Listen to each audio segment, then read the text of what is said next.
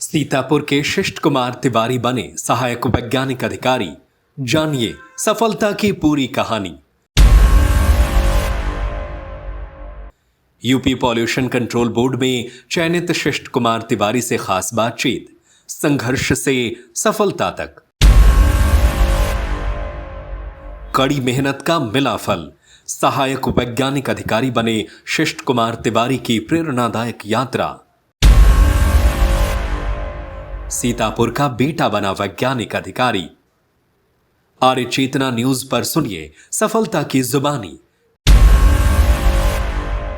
कैसे बने सहायक वैज्ञानिक अधिकारी, शिष्ट कुमार तिवारी ने साझा किए सफलता के मंत्र।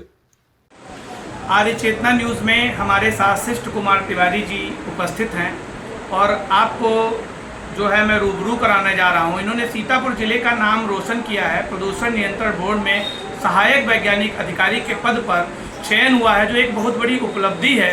एक छोटे ग्रामीण क्षेत्र से निकलकर इतने बड़े पद पर पहुंचे हैं और मैं आपको इनसे रूबरू करा रहा हूं कि ये जो हमारे छात्र शिक्षा ग्रहण कर रहे हैं उनको किस तरीके से मार्ग प्रशस्त करेंगे, किस तरीके से उनको अपने बारे में बताएंगे, किन किन कठिनाइयों का सामना करते हुए इन्होंने इस पद को हासिल किया। शिष्ट कुमार तिवारी जी, आप ये मुझे बताइए कि आपने जो ये सफलता हासिल की है इसमें किसका श्रेय आप ज़्यादा मानते हैं और किन किन लोगों को आप श्रेय देना चाहते हैं? सबसे पहले तो हमारी तरफ से आर्य चेतना न्यूज़ को बहुत बहुत धन्यवाद। जहाँ बात रही सफलता की तो इसका श्रेय मैं अपने ईश्वर को, अपने माता पिता को, सभी परिवारीजनों को और जितने हमारे स्वजन हैं उन सबको देना चाहता हूँ। उनके साथ साथ इसमें सबसे बड़ा श्रेय मैं अपने गुरुजनों को देना चाहता हूँ और हमारे PhD guide professor S N Pandey sir को, जिन्होंने हमें सतत आगे बढ़ने की प्रेरणा दी और मैं अपनी सफलता का श्रेय उन्हीं लोगों को देना चाहता हूँ। श्रेष्ठ तिवारी जी, आप ये बताइए कि आपको जो है इसमें प्रेरणा कहाँ से मिली? सहायक प्रदूषण नियंत्रण बोर्ड में सहायक वैज्ञानिक अधिकारी के पद पर, ये ग्रामीण क्षेत्र में एक अनजाना पद है, लोग इसके बारे में विस्तृत नहीं जानते, तो मैं चाहता हूँ कि इसके बारे में विस्तृत बताते हुए बताइए कि आपको प्रेरणा कहाँ से मिली? मैंने सबसे पहले आपको बताना चाहूँगा कि मैंने ग्रेजुएशन अपना केकेवी इंटर कॉलेज जो चारबाग लखनऊ में वहाँ से की। तो वहाँ पे मैंने जब ग्रेजुएशन किया तो वहाँ पे मेरे सबसे ज़्यादा मार्क्स होते हैं वो बॉटनी में। तो फिर मैंने सोचा कि मैं बॉटनी में ही मास्टर्स करूं, तो मैंने अपना जो पोस्ट ग्रेजुएशन है वो भी बॉटनी में ही किया हुआ है। तो उसी के साथ मुझे जब मैंने ग्रेजुएशन किया तो मुझे सीख मिली कि कैसे मुझे पर्यावरण में क्या क्या चीज़ें हैं, क्या इश्यू चल रहे हैं, जैसे ग्लोबल वार्मिंग है, क्लाइमेट चेंज है, ऐसे मुद्दे चल रहे थे। तो मुझे ये लगा कि क्यों न मैं भी आगे आकर के इसी क्षेत्र में कुछ काम कर सकूं। तो मुझे जो प्रेरणा है वो जब मैं ग्रेजुएशन और पोस्ट ग्रेजुएशन कर रहा था तो उसी दौरान प्रदूषण के जो मैंने इश्यूज़ देखे उनको देखकर मुझे वहाँ से प्रेरणा मिली कि मैं भी कुछ प्रदूषण के क्षेत्र में जा कर के अपना जो भी योगदान है वो दे सकूँ।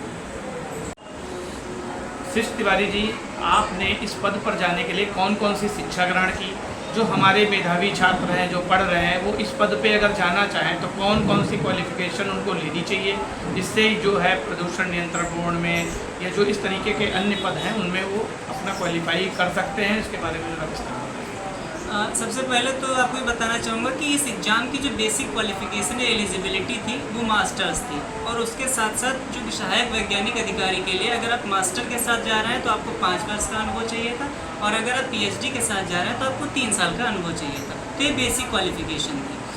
चूँकि हमने मास्टर्स अपना जो था वो बॉटनी में किया हुआ था तो मैं एलिजिबल था इसमें अप्लाई करने के लिए। इसके साथ साथ मैंने अपना जो 5 वर्ष का अनुभव है, चूँकि मैंने पोस्ट ग्रेजुएशन के साथ ही आपको भी बताया कि हमने पर्यावरण के बारे में सोचना भी स्टार्ट कर दिया था और धीरे धीरे मैंने काम भी स्टार्ट कर दिया था। क्योंकि कुछ ना कुछ अनुभव लेते रहना चाहिए तो हमने प्रदूषण के क्षेत्र में और इन्वायरमेंट के क्षेत्र में 5 साल का जो अनुभव है वो आपके लिए अनिवार्य था, वो भी मैंने इसी क्षेत्र में ग्रहण किया। शिव जी, मेरा अगला क्वेश्चन ये है कि इसमें कितने पद थे जिन पदों को आपने क्वालिफाई करके आपने सहायक वैज्ञानिक अधिकारी पद पर आप पहुँचे हैं?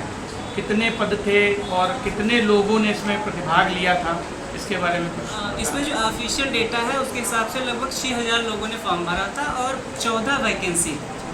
तो चूँकि 2 स्टेप में एग्ज़ाम था, पहला रिटन एग्ज़ाम था जो कि CBT कंप्यूटर बेस्ड टेस्ट था। वो 100 क्वेश्चन थे उस पर, जो कि एक क्वेश्चन 4 नंबर का था, मतलब 400 क्वेश्चन थे, 400 नंबर थे और हर क्वेश्चन के लिए नेगेटिव मार्किंग थी अगर आप गलत अटेम्प्ट कर रहे हैं। उसके साथ साथ 70 मार्क्स का आपके पास इंटरव्यू का परसेंटेज था, तो 70 नंबर आपको इंटरव्यू से लेने थे। तो अगर आपने CBT टेस्ट को देखा होगा तो मैंने 98 क्वेश्चन आउट ऑफ 100 किए थे। तो उससे क्या हुआ कि मैंने एलिमिनेशन मेथड जो है उससे और बहुत सारी और भी जो हमने पहले एजुकेशन की क्वालिफिकेशन ली हुई है उससे हमने क्या किया कि अपने जो रिटन था उसको अपना मजबूत किया।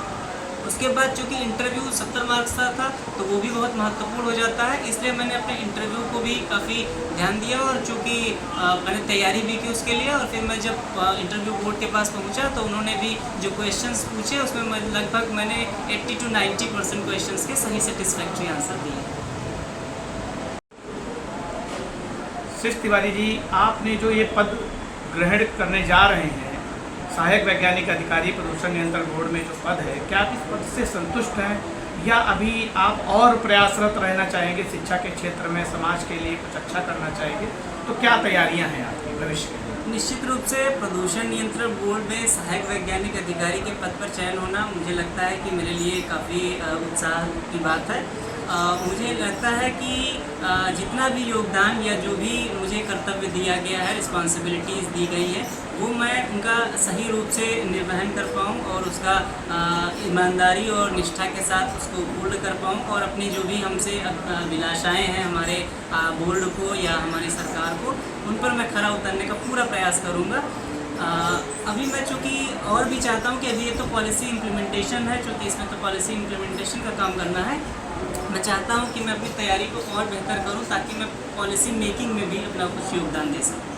हमारे जो मेधावी छात्र तैयारी कर रहे हैं, उनको शिक्षा के बारे में कैसे पढ़ाई करनी है, कैसे प्रयासरत रहना है, आपके क्या अनुभव रहे शिक्षा क्षेत्र में, उन अनुभव के बारे में कुछ हमें बताइए जिससे छात्रों, अन्य जो छात्र हैं, उनका भी कुछ विकास भला हो सके।